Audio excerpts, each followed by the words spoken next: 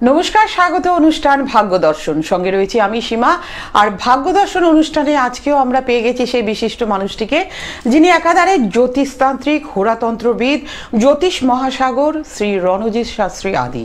আজকে দাদাকে আমরা আমাদের অনুষ্ঠানে পেয়েছি।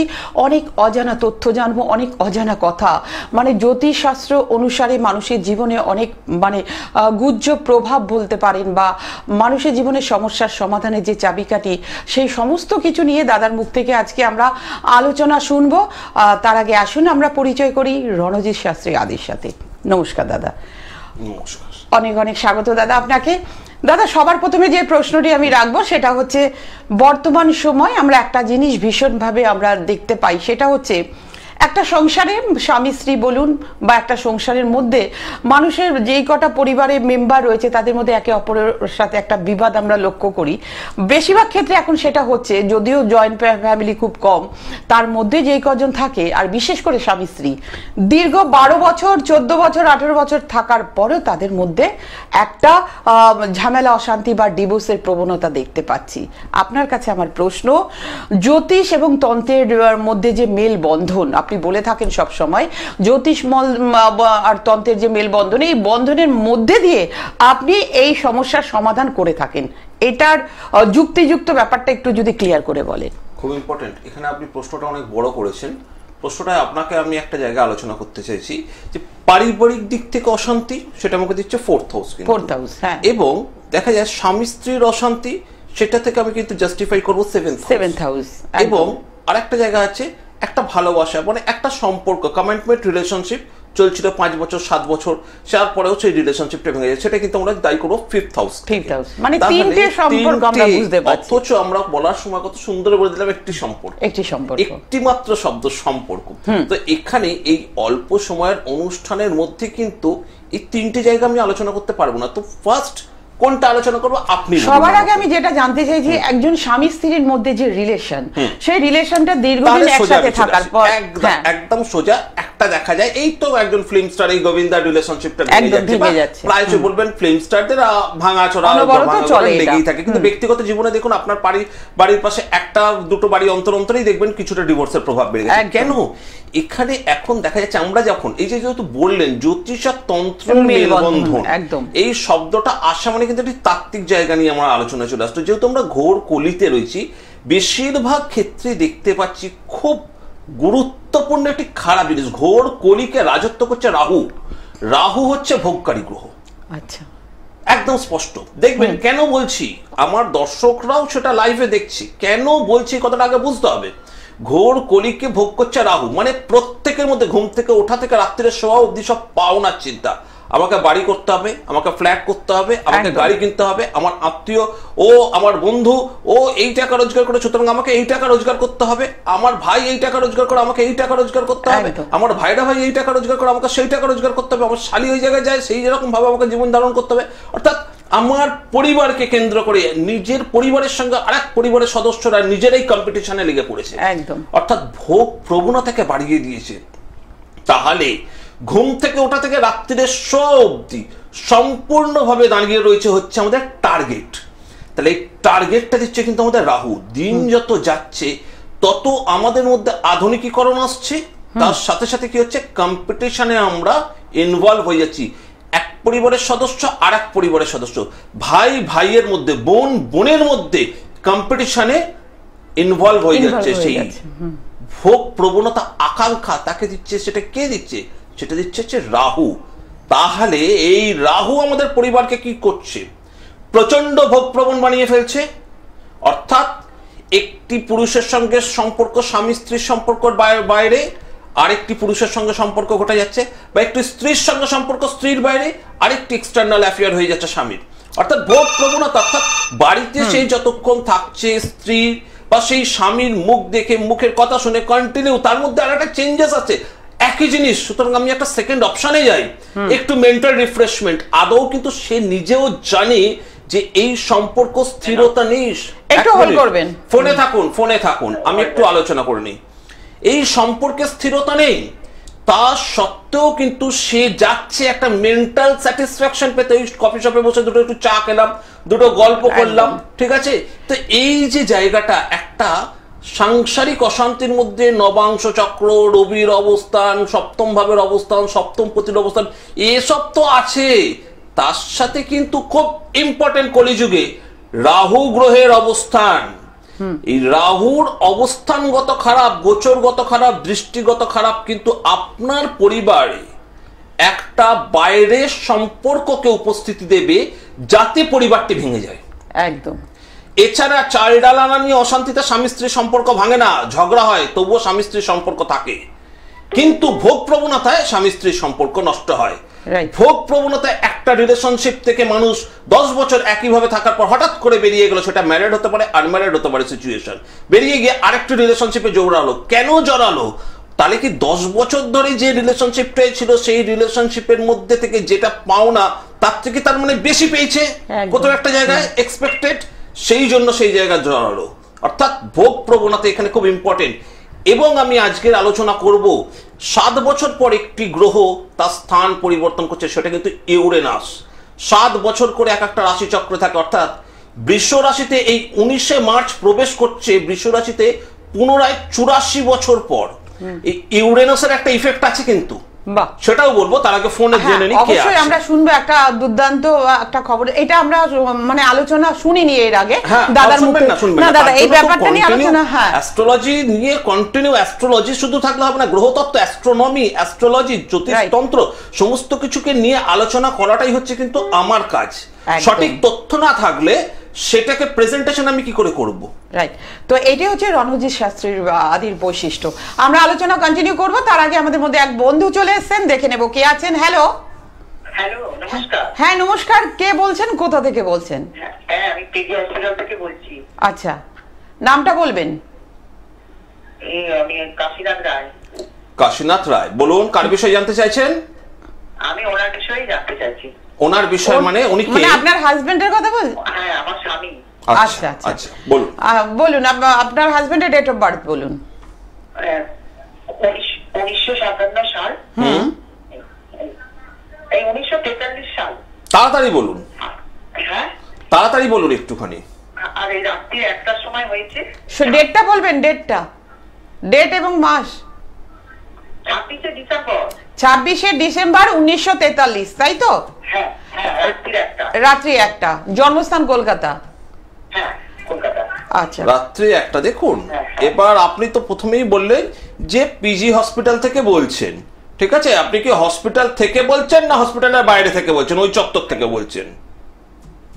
হ্যালো। হ্যাঁ, বাইরে। হসপিটালের বাইরে পাশেই থাকেন আপনি? হ্যাঁ, সেটা বলুন। রাস্তা থেকে বলছি। রাস্তা থেকে বলছেন, দেখুন। হসপিটালের ভিতর পারি না।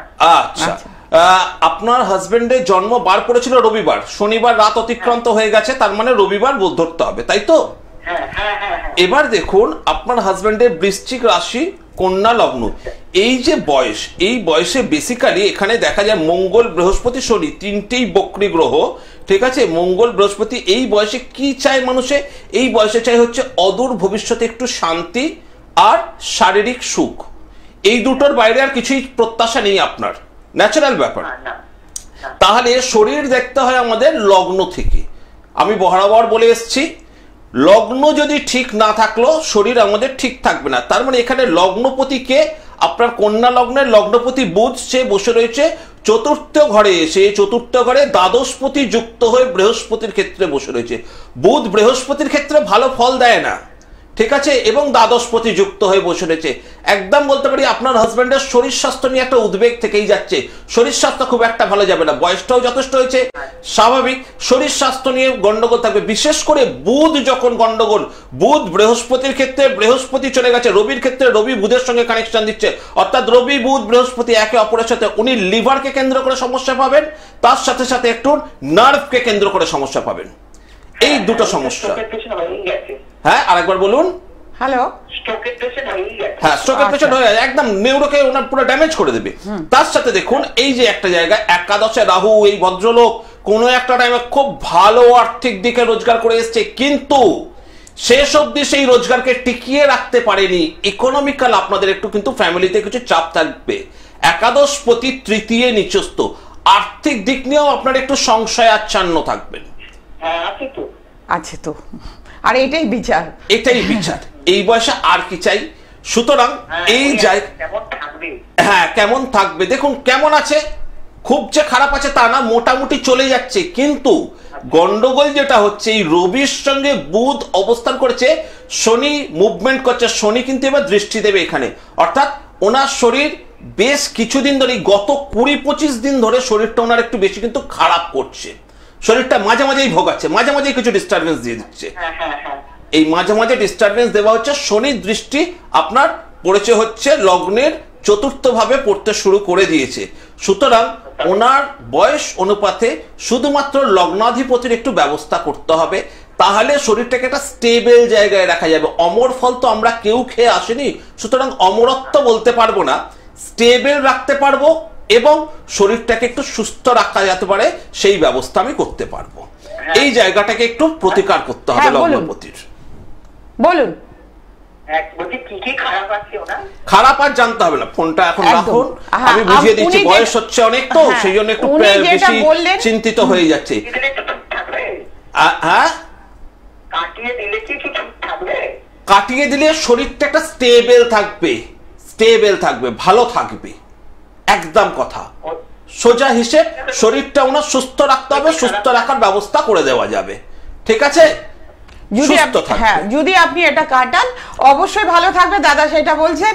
আর মনে করলে আপনার আমাদের যে কন্ট্যাক্ট নাম্বার যাচ্ছে, নাম্বারটা একটু নোট ডাউন করুন, তো আপনি ফোনে কথা বলে নেবেন। অনেক চিন্তা, অনেক মানুষের অনেক চিন্তা হচ্ছে, প্রত্যেকটা মানুষের চিন্তা। মনে হয় রণজিৎ দা খুব তাড়াতাড়ি বলছে, কিন্তু বিচারটা সঠিক করতে হবে। সঠিক বিচারে আমি কত রকম ভাবে উত্তর করতে পারবো? আমি ঘুরিয়ে ফিরিয়ে সেই কিন্তু নাকটাই ধরবে এসে। ও আপনার হাজবেন্ডের শরীর দরকার, শরীরকে সুস্থ করতে গেলে লগ্নপতিকে পাওয়ার করতে হবে। একদম লগ্নপতি কেন, আপনার হাজবেন্ড কেন, একটা বাচ্চা ইনবর্ন বেবি জন্মে, মায়ের পেট থেকে জন্মেই তাকে দেওয়া হয়েছে একটা ইন্টেন্সিভ কেয়ারে রাখা হচ্ছে, কিংবা বেবি বাচ্চাদের এখন তো অনেকগুলো বিভিন্ন ভাবে হসপিটালে তাদের কেয়ার ইউনিট রয়েছে, সেই ইউনিটের মধ্যে দিয়ে দেওয়া হচ্ছে। শুনছি বেরিয়েই তার নাকি হাই সুগার, বেরিয়েই সে নাকি জন্ডিস আক্রান্ত। ঠিক তো? কেন এটা হয় কেন? থেকে 30 বছর আগে, 40 বছর আগে একজনের জন্ডিস হলে বলতো, ওরে বাবা জন্ডিস হয়েছে, প্লিহা রোগ। তার মানে এর খাওয়া দাওয়ার মধ্যে একটা রেস্ট্রিকশন এসে গেল, লিভার ফাংশনে গন্ডগোল হয়ে গেল, কত কিছু হয়ে গেল। অনেক কিছু নিয়ম মেনে 1 বছর সেদ্ধ ভাত খেতে হচ্ছে, সেদ্ধ তেল ঝাল ছাড়া তরকারি খেতে হচ্ছে, সবকিছু। এখন বাচ্চারা মায়ের পেট থেকে জন্মেই জন্ডিস, চোখে পাওয়ার, সুগার, এই যে কনসেপ্ট, অর্থাৎ আমাদের কলিযুগে সেই রাহুর প্রভাব, ব্যভিচারী জীবনযাত্রা। খুব খারাপ লাগবে কথাগুলো শুনতে, কিন্তু বাস্তব সত্য। প্রেগনেন্ট পেশেন্ট, সে স্মোক করেছে, এরকম আমি রাস্তা চলতে দেখতে পেয়েছি, এরকম ঘটনা আছে। শুনতে মেয়েদের, মহিলাদের খুব খারাপ লাগবে, আমি দুঃখিত, কিন্তু আপনারাও জানেন সেটা। স্মোক প্রবণতাটা এত বেড়ে গেছে। স্মোক কি দিচ্ছে? টোবাকো কিসের দেয়? রাহু। গুটকা, টোবাকো, মদ কে দিচ্ছে? রাহু দিচ্ছে। প্রচুর বেড়ে গেছে। দুধের বিক্রি অত নেই, মদের দোকানে যে বিক্রি, মদের দোকানে যে প্রফিট। আমার কাছে অনেকেই আছে, তো সেই ব্যবসাদারের মধ্যেও আছে, দাদা আমার রোজগার বৃদ্ধি। আমরা কি রে ভাই, রোজগার বৃদ্ধি আর কি হবে? তোদের দোকানে তো এমনিতেই দাঁড়াতে হবে মানুষকে। সুতরাং এখানে কি বলবো, বাস্তব কথা, ক্লায়েন্ট। কিন্তু রাহু দিচ্ছে আমাদের ভোগ প্রবণতা, রাহু দিচ্ছে আমাদের উত্তরসূরিদেরকে ধ্বংসের একটি রাস্তা। বাবা মা সারাদিন পরিশ্রম করছে, আমার ছেলে মাই বেজানো ভালো থাকে, ছেলে মেয়ে কি করছে? ফোনের মধ্যে গেম খেলছে। বাবার টাকা নিয়ে একদম ফোনের মধ্যে গেম করছে। খবর কাগজে দেখা গেছে, এরকম নিউজ আমরা প্রায় পাই, যে গেম খেলতে গিয়ে প্রচুর টাকা দেনা করে বসেছে বাবা মা, তারপর জানছে যে এত টাকা লোন করে বসেছে ছেলে পেলে, পুরো ব্যাংক ব্যালেন্স জিরো। কি? This is the side effect of Rahu. কলি যুগ নিয়ে আমরা আলোচনা করছি, কলি, ঘোর কলিতে বসবাস করছি, কিন্তু ঘোর কলির প্রবণতাটাকে ধরতে হচ্ছে না। খালি আমরা ওই 9টা গ্রহের মধ্যে বৃহস্পতি কেমন আছে, শুক্র কেমন আছে, আরে বৃহস্পতিকেও গ্রাস করে নিচ্ছে রাহু, গ্রাসকারী গ্রহ। ওনার মুন্ডু আছে, ধর নেই, সেই জন্য যাকে গ্রাস করে ছেড়ে দেয়, কিন্তু এই গ্রাস করা পরিস্থিতিটা খুব খারাপ রাহুর সঙ্গে। সেই জন্য যে কোনো গ্রহের কম্বিনেশন যে কোনো জায়গাকে নষ্ট করে যায়। সেটা সপ্তম ভাবে যদি রাহুর দৃষ্টি থাকলো, বা সপ্তম প্রতি কোথাও রাহুর সঙ্গে কানেকশন থাকলো, বা শুক্রের সঙ্গে মঙ্গল এবং তার উপর রাহুর দৃষ্টি পড়লে, ভেবে নেবেন আপনার যে জীবন সঙ্গী বা সঙ্গিনীটি রয়েছে, সে কিন্তু একটি অবৈধভাবে সম্পর্কে যুক্ত থাকবে। এটা উল্লেখ আছে প্রচুর ভাবে, প্রচুর শাস্ত্রের মধ্যে উল্লেখ রয়েছে, কিন্তু সেই প্রয়োগটা সম্বন্ধে কেউ ওয়াকিবহাল করছে না।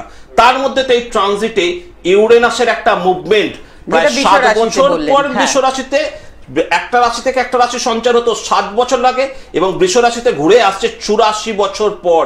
এই ইউরেনাসকে কিন্তু নেগেটিভ অফ জুপিটার হিসেবে ক্যালকুলেট করা হয়েছে। আচ্ছা। এটাও কিছু কিছু রিজন আছে, আমি অনুষ্ঠান চলাকালীন সেটা এবার বলতে শুরু করছি যে ইউরেনাসের উপস্থিতি বৃষ রাশিতে প্রবেশ করলে বৃষ রাশিতে কি ইফেক্ট করবে, এবং বৃষ থেকে একদম সম্পূর্ণরূপে সপ্তম হচ্ছে বৃশ্চিক, চন্দ্রের নিচস্থ স্থান এবং মঙ্গলের স্থান, সেখানে কি ইফেক্ট করবে। ধরা হয় যে কোনো গ্রহের ন্যূনতম সোজা দৃষ্টি আছে, অর্থাৎ সপ্তম দৃষ্টি আছে। ধরে নিলাম ইউরেনাসের সপ্তম দৃষ্টি হচ্ছে, তাহলে বৃষ রাশি বৃষ লগ্ন, বৃশ্চিক রাশি বৃশ্চিক লগ্নের মানুষের উপর খুব ইফেক্টিভ। আবার এবছর শনি মুভমেন্ট করছে হচ্ছে 29শে মার্চ, ইউরেনাসের মুভমেন্ট 19শে মার্চ, শনির মুভমেন্ট হচ্ছে 29শে মার্চ, সেই যাচ্ছে হচ্ছে কুম্ভ থেকে মিনে প্রবেশ করছে, যেটা আমি প্রথমেই বলেছিলাম বছরে। আবার এইদিকে বৃহস্পতি মুভমেন্ট করছে হচ্ছে জুনের দিকে, বৃহস্পতি মুভমেন্ট করছে, সে ওখান থেকে চলে আসবে মিথুনে, চলে আসবে বৃষ থেকে, অর্থাৎ খুব বিশাল বড় একটা মুভমেন্ট। রাহুর মুভমেন্ট এই বছরেই আছে। এই বছরটা কিন্তু কুম্ভ, মীন, মেষ, মিথুন, বৃষ, কর্কট এই সমস্ত রাশি, অর্থাৎ অর্ধাকার, প্রথম অর্ধাকার রাশির মধ্যে কিন্তু প্রচন্ড ইফেক্টিভ। কারোর শরীর নিয়ে ভুগবে, কারোর অর্থ নিয়ে ভুগবে, ভোগাবে, কারণ 3-4টে স্ট্রং প্ল্যানেট যদি মুভমেন্ট করে সেক্ষেত্রে কিন্তু একটা খুব বড় গন্ডগোল করে। কে আছে ফোনের মধ্যে, একটু শুনে নিই, দেখে নেব কে আছেন। হ্যালো হ্যালো হ্যালো, হ্যাঁ নমস্কার দাদা, কে বলছেন, কোথা থেকে বলছেন? মালদা থেকে সঞ্জয় রাজবংশী বলছি। কোথা থেকে? মালদা থেকে। বলুন, আপনার সম্বন্ধে জানবেন। হ্যাঁ, ডেট অফ বার্থ 12/4/2008। 12/4/2008, সময়টা বলবেন। ভোর 4:31। ভোর 4:31, জন্মস্থান মালদা, তাই তো? হ্যাঁ। প্রশ্ন কি কি জানতে চাইছেন? যে কোনো একটা প্রশ্ন করো বাবা, যে কোনো একটা প্রশ্ন। আমরা কেরিয়ার সম্বন্ধে জানতে চাইছো। কেরিয়ার মানেই সেই ঘুরে ফিরে কর্ম জায়গাটা এসে দাঁড়াচ্ছে। সেই বাবা জন্মবার শনিবার ছিল? হ্যাঁ।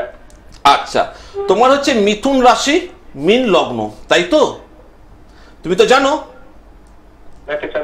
জানতে না, একটু জেনে রাখো। মিথুন রাশি, মীন লগ্ন, দেখবে লগ্নের মধ্যে রবি, বুধ, শুক্র বসে রয়েছে। লগ্নের মধ্যে রবি, বুধ, শুক্র বসে রয়েছে। এই দিকটা দেখা যাচ্ছে চন্দ্র। বাবারে, রবি, বুধ, শুক্র, তোমার কি হচ্ছে দেখিয়ে নি 1 মিনিট। নবমপতি, মানে নবমপতি। আগে দেখতে হবে কেরিয়ার, দেখতে গেলে দেখতে হবে ভাগ্য কি বলছে, তারপর তো দশমপতি বৃহস্পতি দশমে। বাহ, দশমপতি বৃহস্পতি দশমে, দ্বাদশে রাহু 1 2 3 4। এই যে মঙ্গলটা রাহু যুক্ত, সরি মঙ্গলটা চন্দ্রযুক্ত। আচ্ছা, তোমাকে একটা কথা বলি, তুমি কিন্তু একটু ভালো করে তোমার চাকরি বাকরি কেরিয়ার নিয়ে একটু কনসেন্ট্রেট করো। একটা স্ট্যান্ডার্ড প্রত্যাশিত মাফিক চাকরি কিন্তু তুমি পাবে। দশমে বৃহস্পতি, পাবে। এক্ষুনি জিজ্ঞাসা করে বসবে, দাদা এই চাকরি পাবো? লাইভ অনুষ্ঠানে বলবো না এই চাকরি পাবে, বলা যাবে না। কিন্তু দশমে বৃহস্পতি একটা হেভি কোয়ালিটির চাকরি দেয়, হেভি চাকরি দেয় দশমে বৃহস্পতি। দশমে বৃহস্পতি যারা, তারা কিন্তু খুব বড় ছত্র ছায়ার নিচে থাকে, ঠিক আছে? কিন্তু বাবা তোমার একটা গন্ডগোল করছো তুমি, সেটাও তোমাকে বলে রাখি। নিজের মাইন্ড ফ্লাকচুয়েশনটাকে বন্ধ করো, নিজের তেজটাকে একটু কন্ট্রোল করো, ঠিক আছে? একটুতেই ধৈর্য হারিয়ে ফেলছো, একটুতেই মাইন্ড ফ্লাকচুয়েট করো, একটুতে খুব হতাশ হয়ে ওঠো মাঝে মাঝে। হয় কি হয় না একবার বলো আমাকে। এই জায়গাটায় তুমি বন্ধ করো, নিজের উপর কনফিডেন্স লেভেল হারিয়ে ফেলছো। কারণ কি, ভাগ্যপতি চতুর্থে, মানে নবমপতি চতুর্থে, নবম এবং চতুর্থ কেন্দ্র ও কোণের সম্পর্ক। এই তো সামান্য বয়স, রাজ্যকারক সম্পর্ক। হাসবে শুনে, আরে আমি তো কিছুই পাচ্ছি না, রাজ্যকারক। কপালে লিখে তুমি এসছো, তুমি কিন্তু রাজ্যকারক। রাজা হতে পারবে না যদি শূন্য থাকে, কিন্তু রাজা স্ট্যান্ডার্ডে তুমি যেতে পারবে, মন্ত্রী স্ট্যান্ডার্ডে যেতে পারবে। মন্ত্রী বলতে পারে আমি রাজত্ব, দেশের মন্ত্রী, রাজনৈতিক ক্ষেত্র বলছি না, মানে আর্থিক সুসম্পন্ন মানুষ তুমি হবেই হবে। জ্যোতিষী রণজিৎ শাস্ত্রী বলে রাখলো, আর্থিক দিক থেকে সুসম্পন্ন হবেই হবে তুমি। শনি কেতুর জন্য একটু পেটকে নিয়ে তুমি গন্ডগোল ফেস করবে। শনি কেতুর কানেকশন দিচ্ছে যে জায়গাটা, পেটের গন্ডগোল আর কিডনি রিলেটেড সমস্যা। পাথরি রোগ দেয়, গল ব্লাডার স্টোন কিংবা কিডনিতে স্টোন, এরকম কিছু দেবে তোমাকে একটা। দ্বাদশে রাহু, প্রচুর পরিমাণ তোমার ব্যয় হয়। আর ঘাড়, কোমর, ব্যাকবোন তোমার পেন হয়, খুব পিঠের দিকটা তোমার ধরে যায়, সে বিষয়ে একটু সচেতন থাকতে হবে। মনটাকে, চঞ্চলতাটাকে কন্ট্রোল করো, নিজের উপর কনফিডেন্স লেভেল হারিয়ে ফেলছো। কারণ কি, তেজটাকে কন্ট্রোল করো। জিনিসগুলো বোঝা যায় যেগুলো শরীরের সঙ্গে আমি সম্পর্ক বললাম। এগুলো কি হয় আপনার? হ্যালো, শুনতে পাচ্ছ? হ্যাঁ শুনতে পাচ্ছি। আমি যেগুলো বললাম সেইগুলোকে ফিল করো, অনুভব করো, সেই জিনিসগুলোকে হয়। হ্যাঁ হ্যাঁ হ্যাঁ হয়। এই জন্য মানসিক জায়গাটাকে একটু পরিবর্তন করতে হবে। এবার মোশন অফ ট্রানজিটে বৃহস্পতি ঢুকবে চন্দ্রের ওপর, একটু বদনাম বা একটু ডিস্টারবেন্স দেবে, সেটা এখনো সময় আছে। ওসবে আর আমি এখন যাচ্ছি না। তোমার প্রশ্ন চাকরি, স্ট্যান্ডার্ড কোয়ালিটির খুব ভালো একটি চাকরি আছে, তো চন্দ্রমঙ্গলের যে দোষটা সেই দোষটার প্রতিকার করো। ভাগ্যপতির প্রতিকার না করলে সেক্ষেত্রে নিজের রাগে নিজের জায়গাকে ক্ষতি করবে। সেই জায়গাটা একটু মাথায় রাখো, রাগটাকে একটু কমাও, ঠিক আছে? ঠিক আছে, বলছি আমি কোন লাইনে গেলে সফল পাবো? হ্যাঁ, এখন ফার্স্ট যে জায়গাটা হচ্ছে, প্রথম যে জায়গাটা তুমি কিসের চেষ্টা করছো সেটা বলতে হবে। আমার কাছে জ্যোতিষ মানে কিন্তু আমার বলা পুরো পূর্ণ বিধান নয়। তোমার কোন দিকটা তুমি কনসেন্ট্রেট বেশি করছো, সেই দিকটা তুমি সাফল্য পাবে কিনা সেটাকে আমি সাবধান করতে পারবো। বলো তুমি কোন দিকটা কনসেন্ট্রেট বেশি করছো, বলো। হ্যাঁ হ্যালো হ্যালো হ্যালো, হ্যাঁ বলুন, ঠিক ফোনে করে লাইনটা বলো কেটে তাড়াতাড়ি, যাচ্ছে। না তবে কেটে দিতে হবে। কেটে দাও, ঠিকঠাক কেমন হবে? কেটে দাও। কারণ বারবার ধরে বলছি, যারা ফোনে আসছো কথা বলতে, একটা ফোন একদম। কথা বলতে গিয়ে দুটো ফোন এঙ্গেজ হচ্ছে, একটু স্পষ্ট মুখে বলতে হবে। জ্যোতিষী রণজিৎ শাস্ত্রীর কাছে তুমি জানছো, তার জন্য তুমি পেমেন্ট তোমাকে চাইছি না, তো আমি ফ্রিতে বলছি, সুন্দর করে গুছিয়ে দিচ্ছি, তাতে একটু কষ্ট করে বলো ফাটাফাট। আমিও তো বলছি ফাটাফাট। একদম। আমি দর্শক বন্ধুদের বলবো, যারা মনে করছেন যে দাদার সাথে বা যোগাযোগ করবেন, সরাসরি দাদাকে দেখাতে চাইছেন ওনার চেম্বারে, ওনাকে কোথায় পাচ্ছেন? ওনাকে কলকাতায় পাচ্ছেন, হাতিবাগান এবং কালীঘাট। এছাড়া পাচ্ছেন আসানসোল, দুর্গাপুর, পুরুলিয়া, সিউড়ি, বর্ধমান, কৃষ্ণনগর এবং শিলিগুড়িতে। বুকিং নাম্বার হচ্ছে 9874110320 এবং আরেকটি নাম্বার হচ্ছে 8276853043। এই দুটি নাম্বারে অগ্রিম বুকিং করে দাদার সাথে যোগাযোগ করতে চাইছেন। আর দূরের বন্ধুদের উদ্দেশ্যে বলবো, যারা মনে করছেন দূর থেকে চেম্বারে আসতে পারবেন না, অবশ্যই আপনারা অনলাইন কনসালটেন্সি নিতে পারবেন।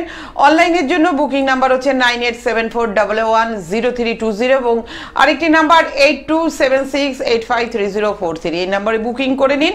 আর আমি একটা কথা সবসময় বলি, আবারও বলবো, দাদার কোনো রকম পোস্টার বিজ্ঞাপন নেই। যারা পোস্টার বিজ্ঞাপন দেখে বিভ্রান্ত হচ্ছেন, যে পোস্টারে যে নাম্বারে আপনারা যোগাযোগ করতে চাইছেন রণজিৎ শাস্ত্রী আদির সাথে, কোনো রকম পোস্টার বিজ্ঞাপন নেই। আপনারা যখনই আসবেন অবশ্যই বুকিং নাম্বারটা আপনারা মিলিয়ে কথা বলে তবেই কিন্তু আপনারা বুকিং করতে পারেন। দাদা, আমরা যেটা নিয়ে আলোচনা করছি, হ্যাঁ, প্রথমত ওই অশান্তি, ইউরেনাস যখন বিশ্বরাশিতে আসবে, একদম এই ছেলেটার কথাই বলি। বৃহস্পতি ট্রানজিট, বৃহস্পতি ও যেখানে দশমে বসে আছে, দশমে বৃহস্পতি মানে একটা হাই প্রোফাইল, হাই ব্যাকগ্রাউন্ডের চাকরি। সুতরাং আমি এইটুকু বললাম, চাকরি নিয়ে যারা কনফিউজ হচ্ছে, দশম আর একাদশে বৃহস্পতি মানে তাদের কোনো যদি ফল্ট থাকে অতি অবশ্যই প্রতিকার করাও। দশম একাদশে বৃহস্পতি মানে সামান্য কষ্টের মধ্যে কিন্তু বিশাল বড় চাকরি।